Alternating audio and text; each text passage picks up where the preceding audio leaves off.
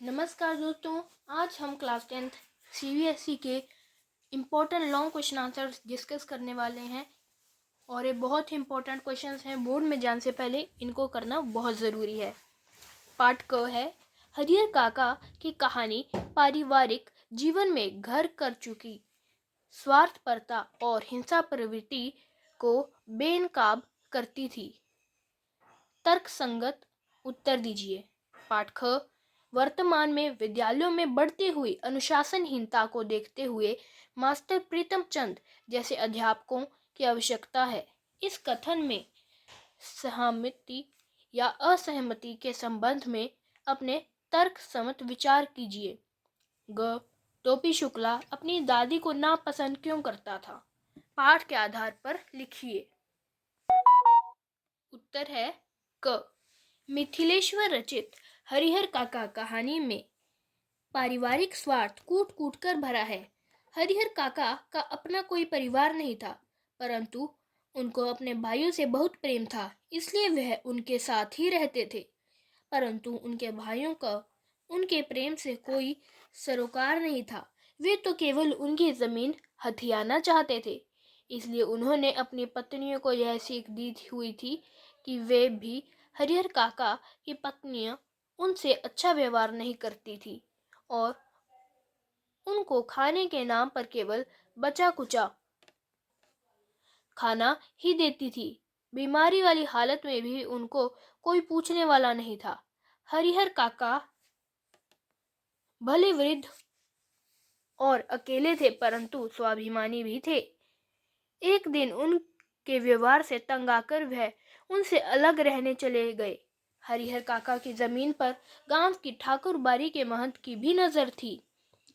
महंत को पता था कि काका अपने परिवार से अलग हो चुके हैं और उनके बाद उनकी जमीन उनके भाइयों को मिल जाएगी।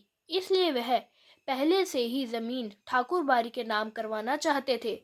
महंत के लोगों ने ठाकुर बारी में उनके साथ मारपीट की और कागजों पर जबरदस्ती अंगूठे के निशान भी ले लिए। उनके भाइयों ने पुलिस की सहायता से उनको छुड़वाया और घर ले आए।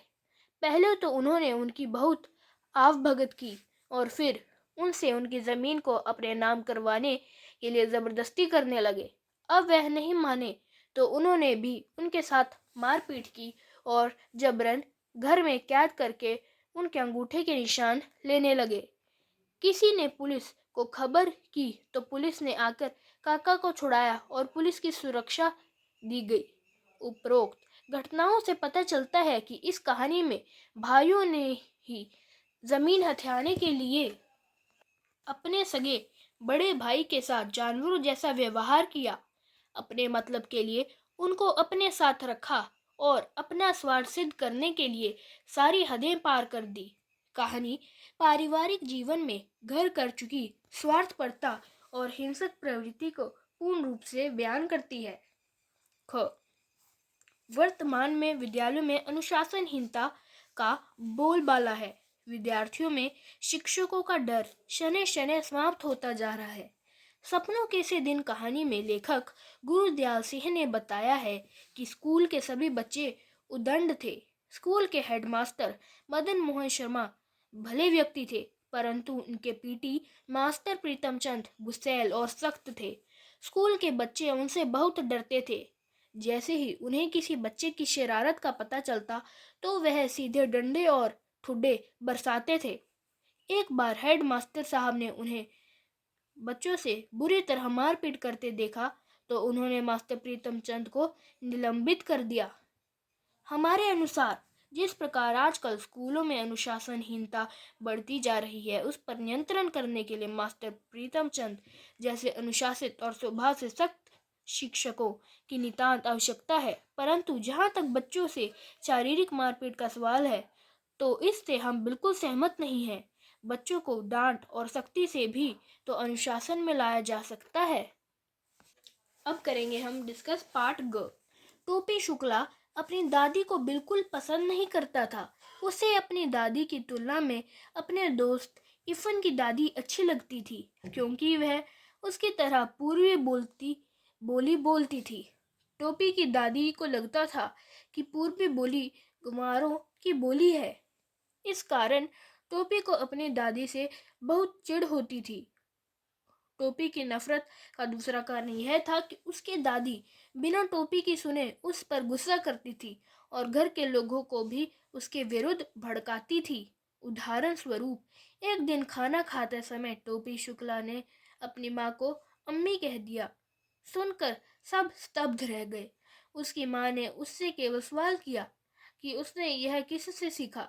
इस पर टोपी ने जवाब दिया, उसने यह इफन से सीखा है। उसकी दादी बहुत नाराज हुई और उसकी माँ ने उसको बहुत पिटाई की। टोपी की दादी हमेशा उसके बड़े भाई का पक्ष लेती थी। टोपी के मन में अपनी दादी के प्रति इतनी नफरत है कि वह अपने दोस्त इफन से दादी बदलने की बात करता है। इतना ही नहीं, इफन की दादी के मरने पर वह इफन के समक्ष यह इच्छा प्रकट करता है कि काश इफन की दादी की जगह उसकी दादी की मृत्यु हो जाती तो कितना अच्छा होता। धन्यवाद दोस्तों।